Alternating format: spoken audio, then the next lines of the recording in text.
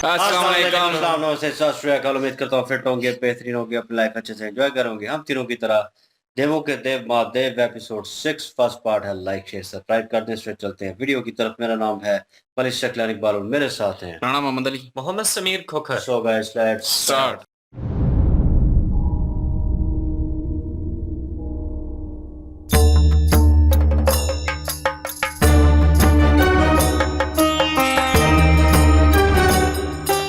पिताजी आपको इतना मान देते, कोई भी निर्णय आपके परामर्श के बिना नहीं लेते।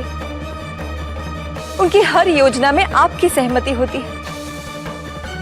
तो क्या सप्त ऋषि भृगु के लिए यह संभव नहीं कि वे पिताजी से कह के सती की दंडादेश की कठोरता को कम करा सके?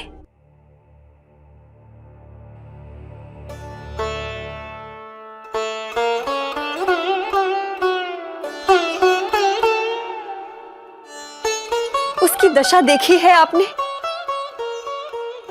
जैसे कोई अपराधी हो। ऐसा भी कोई अपराध नहीं किया उसने जिसके लिए उसे इतना दंडित किया जाए। ये अन्याय है। यही न्याय है। प्रजापति दक्ष के निर्णय की महानता देखिए। अपनी पुत्री को इस प्रकार दंडित करने में कैसी महानता? अपने विचारों की संकीर्णता से बाहर निकलकर इसे देखिए। अपने स्वार्थ के आवरण हटाकर किसी दूसरे को कठोर दंड कोई भी दे सकता है। आप, मैं, कोई भी। किंतु अपने सबसे प्रिय पुत्री को, जिसमें प्राण बसते हो, उसे सीमा लांघने के लिए इतना कठोर दंड दे पाना, यह है महान व्यक्तित्व। वो चाहते तो उसे क्षमा कर सकते थे। कौन प्रश्न उठाता उनके इस निर्णय पर? किंतु प्रजापति दक्ष ने ऐसा नहीं किया। प्रजापति दक्ष निष्पक्षता और उनके नियम पालन से तीनों लोकों में उनका मान सम्मान कितना बढ़ गया है, इसका अनुमान आप नहीं लगा सकते। चारों दिशाओं में उनकी जय जयकार है। आपको अवश्य उनका मान सम्मान दिख रहा होगा महर्षि भृगु। उनकी जय जयकार सुनाई दे रही होगी। किंतु मुझे केवल मेरी बहन के पांव के छाले दिख रहे हैं। उसकी यातना के स्वर सुनाई दे रहे हैं। किसी प्रजापति की जय जयकार नहीं। अच्छा ही है कि मैं पिताजी या आपकी तरह महानता की ऐसी संकीर्ण परिभाषा से बहुत दूर हूं।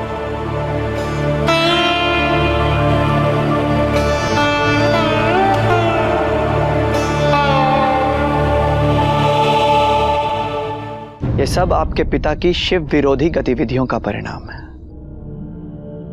उनकी सती को शिव से दूर करने की योजना सती को शिव के और निकट लाती जा रही है। योजना? आपको लगता है ये पिताजी की योजना है?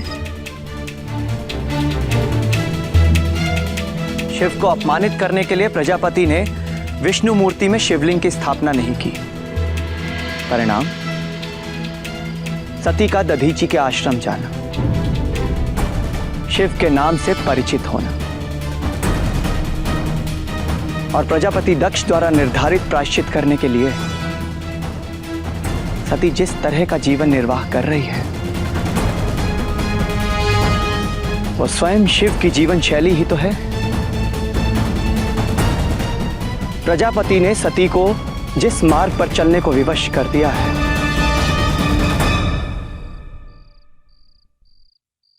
वहां से अब सती का लौटना संभव नहीं।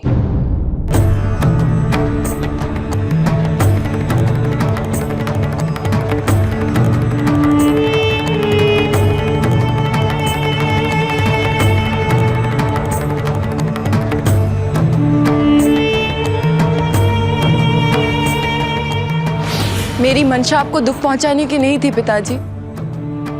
मैंने तो स्वयं ऋषि दधीची से तर्क किया और उनकी कही को असत्य ही माना।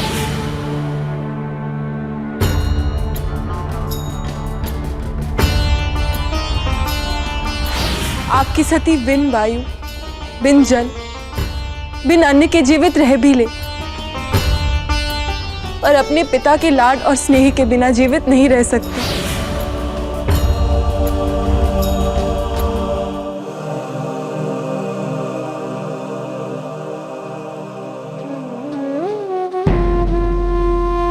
प्रायश्चित की कोई भी विधि इतनी कठोर नहीं जो एक पिता को दुख पहुंचाने के अपराध के लिए उपयुक्त हो।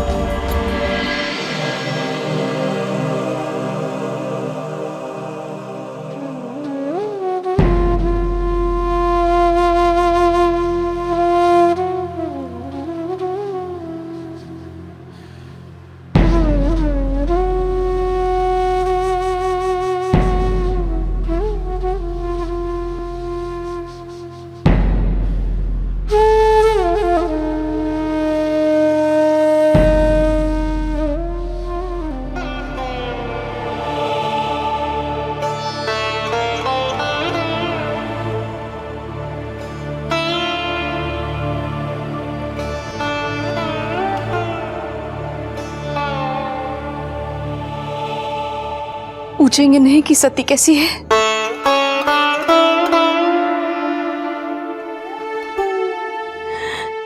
एक बार चलकर देखेंगे नहीं कैसे है उसके पांव के छाले?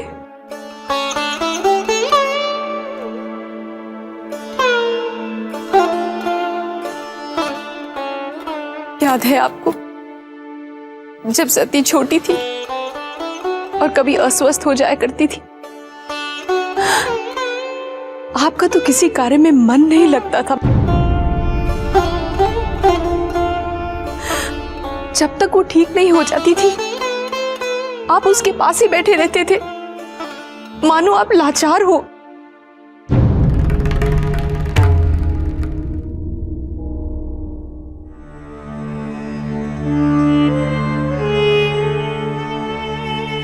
इस बार मैं लाचार नहीं हूं प्रसूति। ये अच्छी भली वो जो है ना वो पिता में ना वो चीज़ प्यार मोहब्बत और वो जाग रही थी, क्योंकि वो कुछ लिख रहे थे, आई डोंट नो वो क्या है, लेकिन जो है दक्ष जो है वो सोच में थे और वो सारा सिनेरियो चल रहा था जब उन्होंने अपनी बेटी को वो सजा दी। तो वो बाप और बेटी वाला वो जो है सेशन था एक किस्म का। तो वो उनमें वो सोच आ रही थी कि मेरी बेटी है और मुझे मोहब्बत है उससे, और वो उजागर हो रही थी अंदर ही अंदर। तो वो क्रोधित हो रहे थे उस चीज़ को लेकर के मैं रोक दूँ उसको या मैं उससे मिलूँ, बात करूँ, और वो सिचुएशन में आ रहे थे, उस ज़ोन में। और वहीं पे उनकी माता भी आ गईं, सती जी की। तो वो उन्हें याद दिलाने लगी कि जब वो बीमार थीं और वो सारा किस्सा उन्होंने याद दिलाया। तो इसी दौरान जो है वो आ गए थे उस ज़ोन में, क्योंकि एक्सप्रेशन चेंज हो रहे थे। वो अंदर ही अंदर वो जो प्यार मोहब्बत वाला लावा है ना वो फटने वाला था, लेकिन एट द एंड वो वर्ड जो बीच में यूज़ हुआ ना, तो उसको लेकर मुझे लगा था कि रिएक्ट होगा उसके ऊपर बेबसी वाला, और वो रिएक्ट वैसे ही हुआ है। और वो दक्ष जो है उनके फिर वो मगरूर और वो चीज़ जो है मगरूरियत और घमंड जो है वो फिर सामने आ खड़ा हुआ दीवार की तरह, और फिर वो जो उनके जज़्बात उनकी बेटी के लिए थे वो फिर पीछे निकल गया, और फिर समझिए कि उनकी बेटी की सदी जो है उनका हक गेन मारा गया। क्योंकि अगर यहाँ पे वो उस चीज़ को पकड़ लेते और उस लाइन पे आ जाते तो मे बी हो सकता है वो तंज जो उन्होंने दिया था उनको सज़ा जो दी थी वो उससे हट जाते और शिव जी को भी वो मान लेते और उस लाइन पे आ जाते। लेकिन वो कहीं न कहीं उनकी माता के मुँह से वो भी माँ हैं, उनको भी तकलीफ़ हो रही है अपनी बेटी को देखकर और जिस सिचुएशन में है। तो उनके मुँह से वो वर्ड निकल गया और मैं भी इस वक़्त शॉक हुआ सुन के। मैंने कहा अभी जो है वो फटने वाला है, कुछ न कुछ और होने वाला है। वही हुआ। जी। बिल्कुल जी। और शुरू में अगर बात करें तो जो ऋषि महाराज दक्ष के साथ रहते हैं, उनके पास उनकी बड़ी बेटी आई हैं, जो कि सती जी को लेकर काफ़ी ज़्यादा फ़िक्रमंद है और उनसे उन्होंने बात की है ऋषि जी से। उन्होंने कहा, "आप तो वो ऋषि हैं जो हर वक़्त पिताजी के साथ रहते हैं और आपकी किसी बात को वो टालते नहीं हैं। आपकी हर बात वो सुनते हैं। तो क्या आपको नहीं लग रहा कि जो वो चीज कर रहे हैं वो गलत कर रहे हैं? और अपनी ही बेटी को इतनी सख्त सजा उन्होंने दी है, तो इस बात के ऊपर आप ये बात क्यों नहीं करते कि वो सजा ये खत्म करें, कि अपनी बेटी है आप उनको एहसास दिलाएं इस चीज का। लेकिन जो ऋषि हैं उन्होंने अपोजिट ये रिप्लाई दिया है, उन्होंने कहा है कि ये जो कर रहे हैं ना, ये नाइंसाफी नहीं है। महाराज दक्ष जो कर रहे हैं वो बिल्कुल एक इंसाफ वाली बात है। उन्होंने कहा कैसे इंसाफ है? उन्होंने कहा कि देखिए ना, उनकी जो सबसे प्यारी बेटी है जिससे वो बहुत ज्यादा लाड प्यार करते हैं, उनको इतनी सख्त सजा दी है और उस सजा में थोड़ी सी भी नरमी नहीं की, तो पूरे राज्य में पूरे जितनी भी वो उस तीन एरिया लोगों है, में उस 3 लोगों में उनकी जय-जयकार हो रही है, उनकी वाह-वाह हो रही है। लोग तो उनकी तारीफ़ें कर रहे हैं कि अपनी बेटी के बारे में भी देखिए कि जो कानून की बात आई है, तो वो कानून उनकी बेटी के ऊपर भी लागू है। अगर उन कानून की खिलाफ-वर्ज़ी उनकी बेटी भी करेगी, तो उनको भी सख्त से सख्त सज़ा मिलेगी। तो ये तो उनका बड़ापन है कि अपनी बेटी के लिए भी उन्होंने सज़ा मुकर्रर की है। बिल्कुल जी। और यहाँ पे जो है वो बहनों का प्यार भी दिखाया गया है और माता का प्यार भी दिखाया गया है। लेकिन कहीं न कहीं देखें तो छुपे अल्फाज़ में पिता का भी जो है वो प्यार दिखाया गया है, लेकिन वही बात के कठोरता नज़र आ रही है सामने से तो। लेकिन अंदर से तो जो है वो दक्ष भी बेचैन है कि अपनी बेटी को लेके, सती जी को लेके।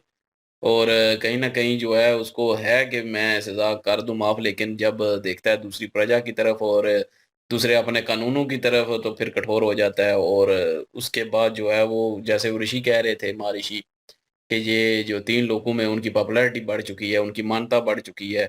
और ये सारा कुछ करने की वजह से कि उन्होंने किसी का पक्षपात नहीं किया, उन्होंने अपनी बेटी को नहीं बख्शा, अपने कानून जो हैं वो उन्होंने सख्त रखे हुए हैं। तो वो जो है वो उस चीज़ की वजह से जो है वो बदलेगा भी नहीं।